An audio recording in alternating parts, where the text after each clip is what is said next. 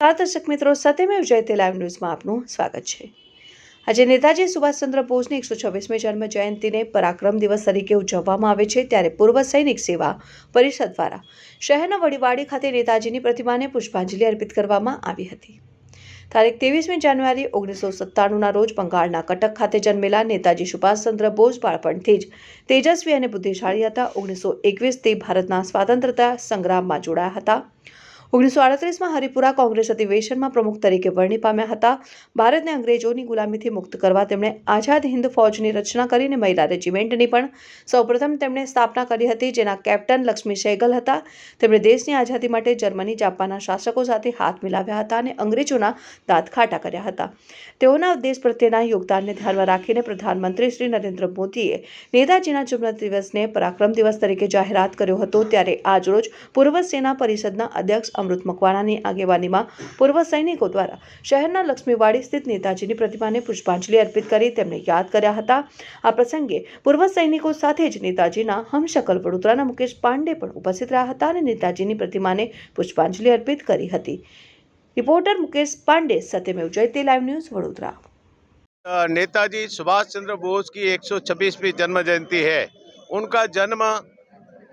23 जनवरी 1897 को हुआ था और उन्होंने भारत के लिए, भारत की आज़ादी के लिए अपनी पूरी जान की बाजी लगा दी और उनकी सेना के अंदर जो सेना का उन्होंने निर्माण किया था वो आया ने इंडियन नेशनल आर्मी के तौर पे भारतवर्ष के जितने भी प्रिजनर्स ऑफ वॉर थे, जितने वॉलंटियर्स थे और कई लोग उनकी सेना में शामिल होने के बाद इंडिया क्विट मूवमेंट उन्होंने जो बनाई और भारत के अंदर से वो बाहर, जैसे कि जर्मनी में जाकर हिटलर के साथ भी उन्होंने मदद की, गुहार लगाई थी, जापान में गए और यूरोपीय देशों से संगठन करने के बाद अंग्रेजों ने जब इतनी बड़ी सेना को देखा तो देखने के बाद उनको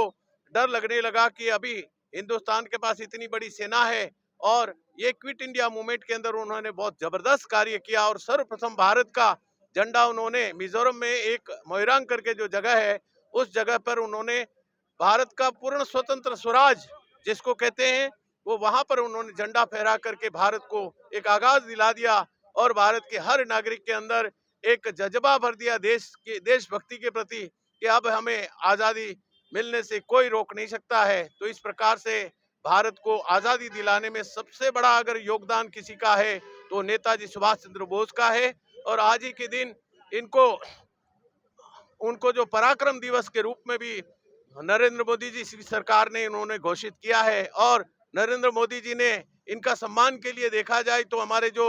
आइलैंड है, आइलैंड में भी जो हमारे 21 परमवीर चक्र विजेता है उनके नाम से वो आइलैंडों का नामकरण भी करने की घोषणा की है। तो इससे ये चलता है कि हमारे जितने भी देशभक्त हैं, हमारे देश के लिए जो कार्य कर रहे हैं उनको पूरा पूरा सम्मान मिलना चाहिए। और आज नेताजी हर इंसान के जज्बे में, हर इंसान के जीव में बसे हुए हैं कि तुम मुझे खून दो मैं आज़ादी दूंगा। तो इस प्रकार के उन्होंने नारे लगा करके भारत के हर जाबाज सिपाही के अंदर वो एक जज्बा भर दिया था जिसके कारण हमें आज़ादी बहुत ही जल्दी मिली। और उन्होंने अपना आईसीएस में सिलेक्ट होने के बाद लंदन में जो उन्होंने एजुकेशन किया, इसके बाद उन्हें रेजिग्नेशन डाल दिया कि मुझे अपने भारत के लिए कुछ करके जाना है। तो इस प्रकार के नेताजी सुभाष चंद्र बोस आज 126वां उनका जन्मदिन है जो पूरे भारतवर्ष के अंदर मनाया जाता है। और भारत के ऐसे 3 राज्य हैं जो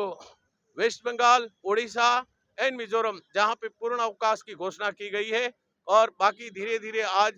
जो जज्बा देश के अंदर जागृत हो रहा है लोगों को देश के प्रति कि राष्ट्र प्रथम, आज इस